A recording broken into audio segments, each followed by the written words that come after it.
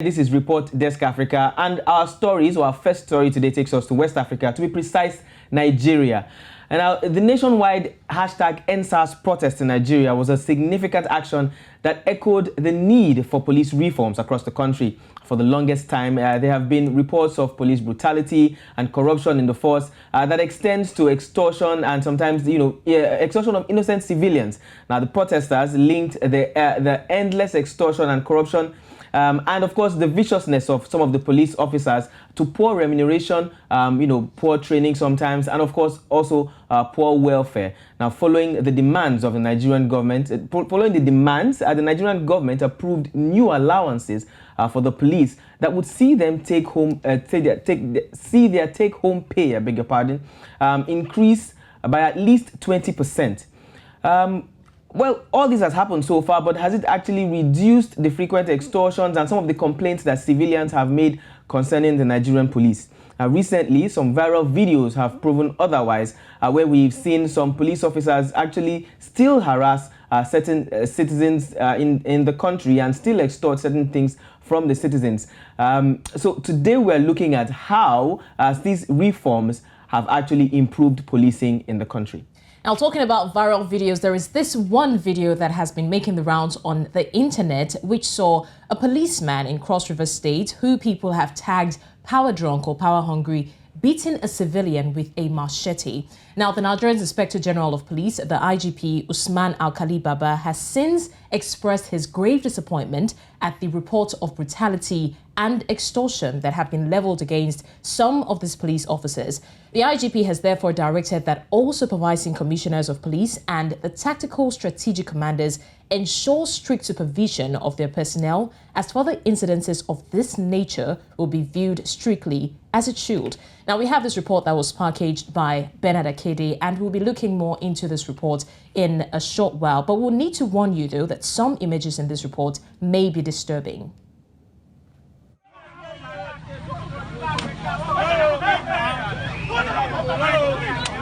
This video of a police officer beating a man with a machete in Cross River State in Nigeria's south sparked an angry reaction on social media.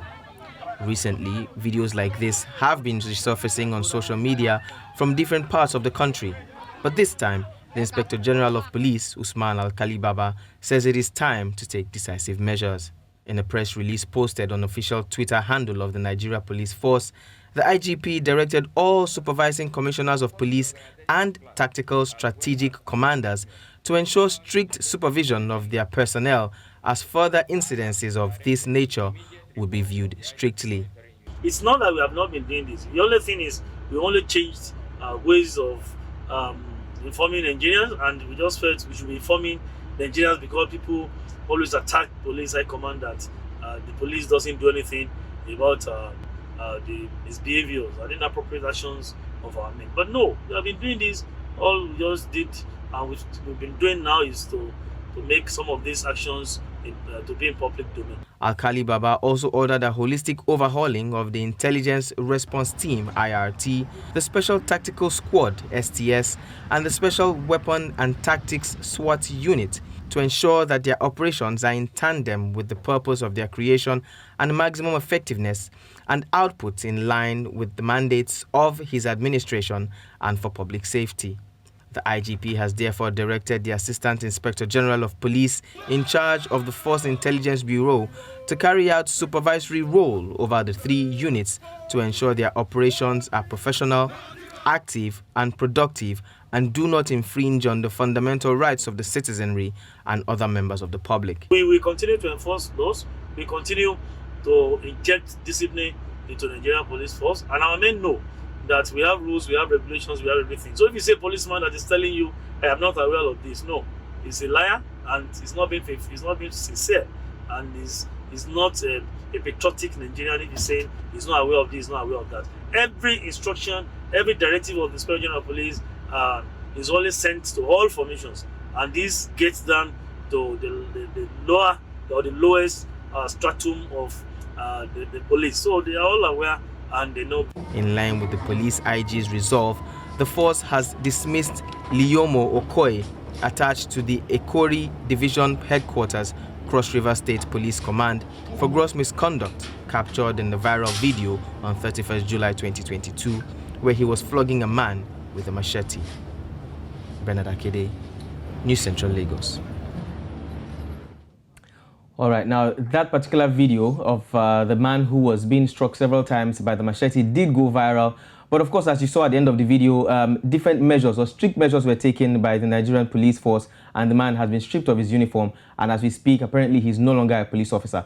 Joining us now on the show to help us unravel these challenges of the Nigerian police and to discuss the new reforms that Nigerians are beginning to enjoy and to accept by the Nigerian police is none other than the Police Public Relations Officer, Lagos State Police Command, Mr. Benjamin Hundeyin. Good evening and thank you for joining us, Mr. Benjamin. Good evening, Mr. Benjamin. Good evening and thank you for having me. Thank you so much. On the show today. Thank you so much. Now, of course, what we saw in that video is not exactly in your own jurisdiction. That was in Cross River State. But we also saw similar occurrences in Lagos. And we also saw that on social media. Now, recently, we've begun to see certain reforms in the Nigerian police, like the one we just saw, where these erring officers have been disciplined and even dismissed from the force. And this has been made public. More numbers we've begun to see, more than what we've seen in the past. What exactly has led to this new development where officers are disciplined and members of the public are made to see it more than what it used to be before? Yes, we needed and we still need to make Nigerians see that we are sincere about our resolve to entrench discipline and professionalism in the force. And that was why a few days back, I tweeted that Nigerians need to acknowledge and commend the fact that Nigeria Police Force is about the only institution in the country that does self-cleansing and publicizes same. So the reason why you are seeing more of this, why you are seeing more of the publication, let me use publication of these disciplinary measures, is because of the resolve of the Inspector General of Police, IGP Usman Alkali Baba, to earn the confidence of Nigerians, because we actually acknowledge that there is a trust deficit between the police and the people. We want to close it up so that together we can come together to make the country more safe. I mean, to make the country safer and secure. Okay, Benjamin, now this is something that really got me curious. We saw the video where the IGP was saying that, they're dismembering, I don't know, not dismember, pardon me, like they're trying to get him out of the police force and also telling the people no longer to see him as a part of them. But my question is that the punishment? Is that enough for what he did? Because looking at that video, it looks a lot like he had the intention to harm, even if he didn't mean to. But that action was dangerous and it was in a way life-threatening. So would we say that was enough? Just pushing him out of the police force is enough to convince people? You just mentioned that, we need to build the trust. So would you say that is enough to convince people that we are safe in the hands of the police? If such thing happens, we just push the person out and that's all?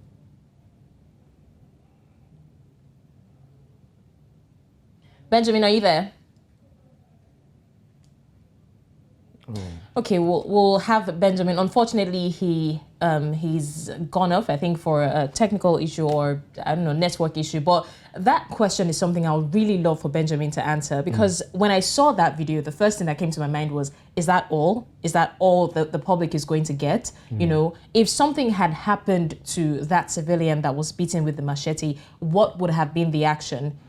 I mean, we've seen several videos where, police officers have been disciplined. We don't know the aftermath of that discipline, of the disciplinary actions. Uniforms are stripped off of them. They are no longer in the police force. And it's been made public, which, it's quite commendable. But I understand your question. I do accept it's Nigerians deserve to know what more happens to these officers. I was also going to ask the question, after dismissing them from the force, does it end there? Will there be other measures meted out upon them? Is anybody going to follow up to ensure that these erring officers don't turn around and perpetrate more crime or more evil? What are the follow-up measures that will be taken upon these erring police officers eventually. I mean, like I said earlier, it's commendable, but then there should be follow-up, and then Nigerians should also be made to know, or to be, should be aware of what exactly is going on. You know that at this point, it feels like Nigerians are not winning this battle, because just in 2020, we had the whole NSAS movement that lasted for so long, went so viral, had international attention, and it seemed like, we're winning the battle at some point, because, we got the attention, and then the people were asking for reforms, 5-point agenda, I think, and then so many things, and it looked like it was going to be at least a 50-50 chance that these things are going to reduce, but we still keep seeing them every day, and then we have to keep fighting this battle all over again. Now, thanks to technology, phone, social media, there are so many of these things we don't see on a regular basis. If someone hadn't videoed what happened and posted it, we probably wouldn't have known.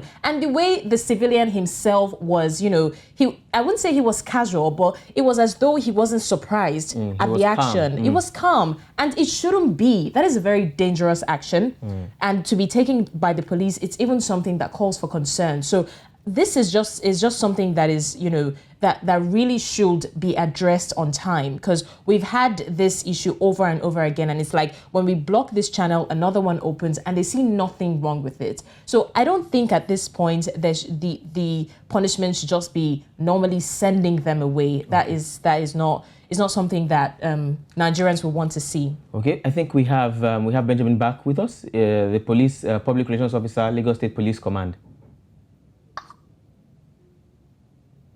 Can you hear us, Benjamin? Yes, I can hear you loud and clear. All right, thank you so much for being with us. So just before we had that little glitch, we were talking about, Blessings here was talking about after the officer or officers who have been found wanting, who have been erring, have been, dismissed, disciplined and dismissed, particularly been dismissed from the force. What's the follow-up punishments? Would there be any other punishments, or what's the follow-up that will be meted upon them? Is dismissal the only thing, and is that enough to win the trust of the people? Like you clearly said, there is a trust gap between the police and the people, and now, thanks to what the police is doing, is trying to breach that gap. But is dismissal enough, to breach that gap and to win the trust of the people? Okay, so the issue here is that we have two categories of offenses in the police force. So it's either the person is being dismissed for a disciplinary offense or a criminal offense. So if it's a disciplinary offense, maybe he was found doing something unprofessional, something unbecoming of a police officer, yes, it could lead to dismissal, and he goes home. But if it was a criminal offense, after the dismissal, then he would be prosecuted. Like the case of the police officer that misused his firearm and eventually killed a number of people, I think two people in the Akede area of Lagos State. Yes. Yes, he's on the run and already is been dismissed. We're just waiting for the final approval for that. So once that is approved and the dismissal has been ratified, he would be prosecuted for manslaughter or murder, as the case might be in court. So those are the two categories. If it's a disciplinary offense, then the person just goes home.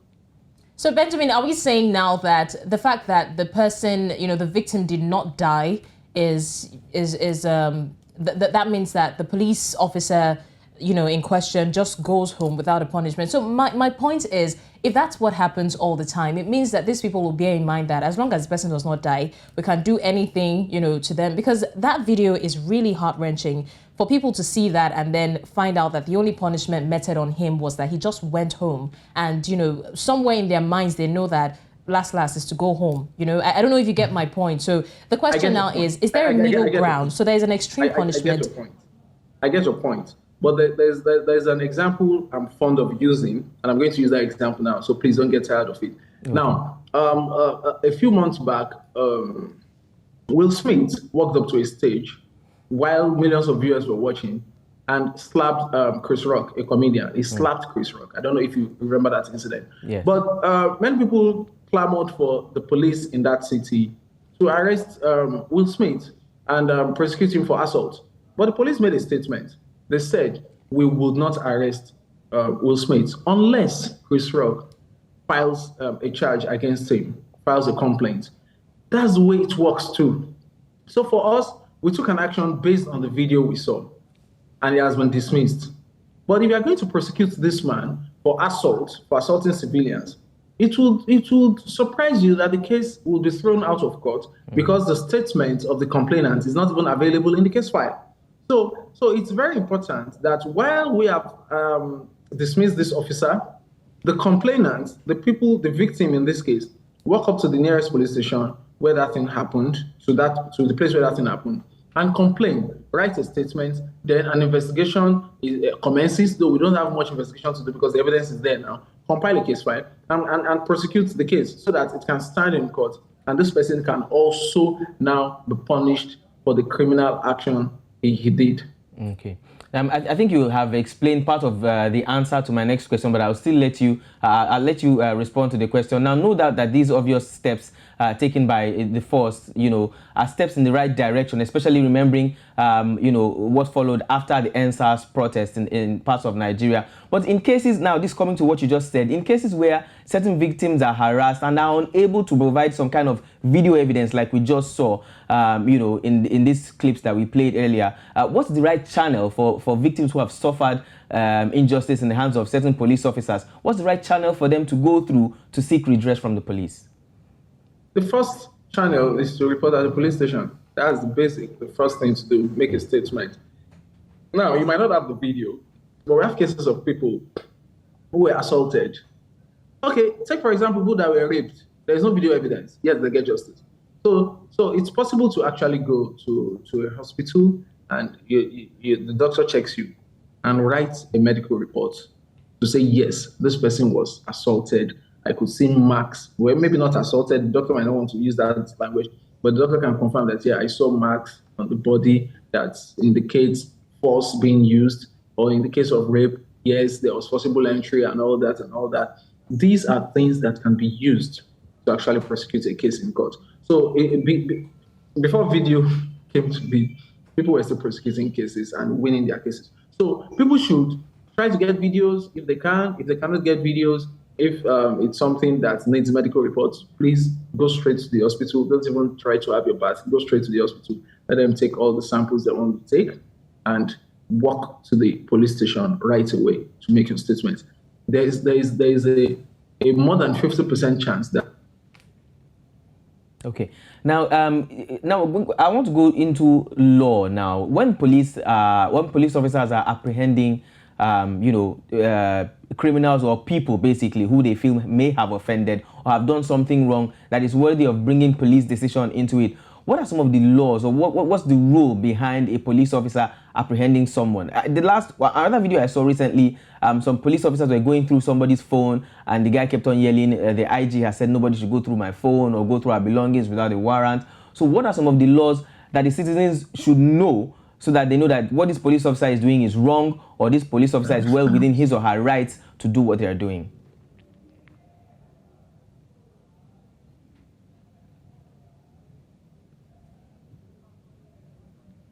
Okay, I think, all right, again, I think we're having some technical issues with the Lagos State Police Public Relations Officers, probably the network failure of some sort.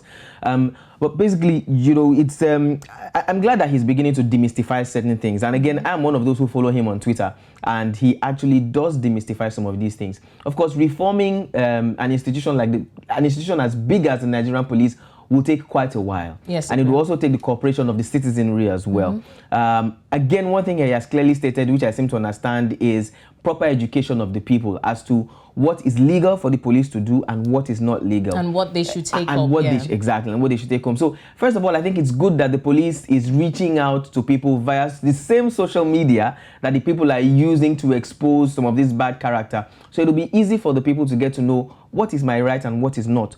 What is wrong and what is right. Okay, basically. so that's the thing, yeah. I think that the police should also intentionally try to create this awareness. Because sometimes when things like this happens, what we see mostly are statements. And then those statements just include, we're dismissing this person is no longer a part of us, but they don't exactly know. I mean, this happened in Cross River State. It could be someone who knew nothing about the law. So what steps can he take? He doesn't know. So these kind of things are things that the police should include in the statements we're hearing, and not just the fact that he has been dismissed. Okay, I think we have him back. Thank you for staying with us, Benjamin. So I was quickly asking before we had that little network glitch, what are the steps that a police officer should take, the legal steps a police officer should take when apprehending a person, or when seeing, when he or she sees, a person who has committed an offense? What are the right legal steps that he should take so that the person knows that this police officer is doing the right thing and I am within my rights? Okay, first, apologies for coming and going. Okay, it's okay. Network issues. Okay. Yeah. So there isn't much to it. You are under arrest, and you are expected as a law-abiding citizen to cooperate with the police, to be taken in. And in a case where somebody resists arrest, the police is empowered to use minimal force on the person. Now, when we talk about minimal force, it's commensurate to the resistance that one gets. Somebody who is resisting and brings out a machete to attack the police while resisting, yes, you are also going to get commensurate force. In fact, the commensurate force we talk about has actually resulted in the death of some people, because the person actually brings out a firearm to fire the police in order to resist arrest, and the policeman too uses his firearm. So there is nothing so complex about it. You are under arrest, you are expected to cooperate with the police, and where you resist or prove difficult, minimal force, which is commensurate with your resistance, will be used. But where a policeman is using excess force on you, beating you with a cutlass, that's obviously excessive, and it's not allowed. So in that case, yes, if there's any way you can protect yourself, please do. And after such an incident, please bring that to the notice of the authorities.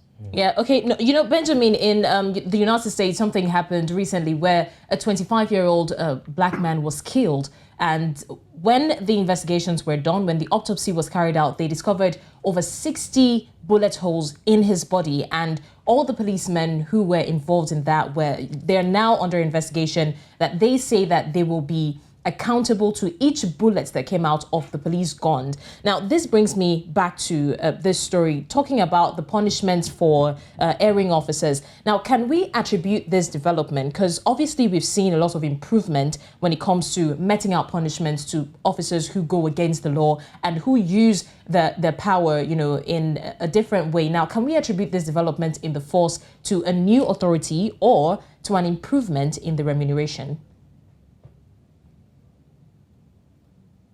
I said earlier that I mentioned earlier that the resolve of the Inspector General of Police, IGP Usman Akalibaba, to close up the gap, the trust gap between the people and the police, is responsible for what you're saying. The IGP came on board and appointed a new first PPRO for Abuja, for Lagos, and a few other states. So it's a strategic thing to buy back the trust of the people. I don't know if that answers your question. Yes, it does. Yes, it does. And speaking about answering our questions, just before we let you go, I'd like to ask this final one now. Besides, the public, display of disciplining erring officers and dismissal of these erring officers, could you, intimate us as to some of the other notable reforms that the IGP has put in place, or is putting in place, to ensure that this trust gap between the police and the citizenry is reduced to its barest minimum? Well, the IGP is doing a lot. While I'm restricted to Lagos, okay, and you are dragging me into Abuja, I'll try to answer a few of that question particularly. Yeah, in terms of remuneration, you talked about it. I was trying to avoid it, but you're still definitely bringing me back to it. So in terms of remuneration, yes, the IGP has ensured that when police officers are going for special duties, maybe election duties and all that, they don't have to go to that place. Most times traveling to another state, they don't have to go with money from their pockets. The force makes sure vehicles are provided to take them there and bring them back. And he has ensured that you get your allowances immediately. sometimes even before you finish that duty, because you might actually need that money to survive during that duty or give to your family while you are away. So the IGP is making sure of that. And I know this year already, the IGP has ensured that kits are distributed to all police officers, uniforms, shoes, beret, belts, and all that. So in terms of welfare, it's been doing a lot, and the police has been distributing patrol vehicles. So it's doing a lot to make it easier for the police to have job satisfaction. We're not there yet. There's still room for more, but at least it's getting better by the day, and that is helping us achieve our mandate. Thank you so much. I think concerning, the allowances, especially when you mentioned elections, I think I can attest to that. I was able to hear some of the police officers talk about that during the recently concluded Ekiti and Osun State elections, where I was there with some of my colleagues. Thank you so much once again, Benjamin Hundeyin, Lagos State Police Command Public Relations Officer, for your contributions. And we commend the efforts of the Nigerian police, and we definitely hope that more will also be done eventually. Thank you so much for joining us. Thank you, Benjamin. Thank you for having me. Thank you so much. Well, right, it's always a deep one when we talk about policing and security in Nigeria, particularly policing, and clearly because, like he said, there's been a gulf of I don't know how to explain it now. There's been this gulf of trust, this trust issue between the people and the police, and regardless of who is in charge, it will take quite a lot to breach that particular gap. And then seeing how, from where Nigerians are coming from, this is something that should take deliberate efforts. Like they said, they're trying to bridge the gap, but I mean, they can always do better. There can always be an improvement. So yes, kudos to the police force for all that they do, but a lot more effort. We need to see a lot more effort, especially from the angle of the people who are dependent on them for their safety. Definitely. And I'd like to say this before we leave this particular story, is that the people, Nigerians basically should know their rights and know the law. It's good that Nigerians are very, very active on social media, but also be active for the right reasons. And I say this because he himself, Benjamin Hundeyin, and the Force PRO from Abuja are very active, particularly on Twitter. And I see that they actually get to respond to people's complaints as much as they can. So it'll be good for Nigerians to take advantage of these medium, to get informed, to know their rights, and possibly to pass on complaints through to the right channels. Rightfully said, Bernard. Rightfully said.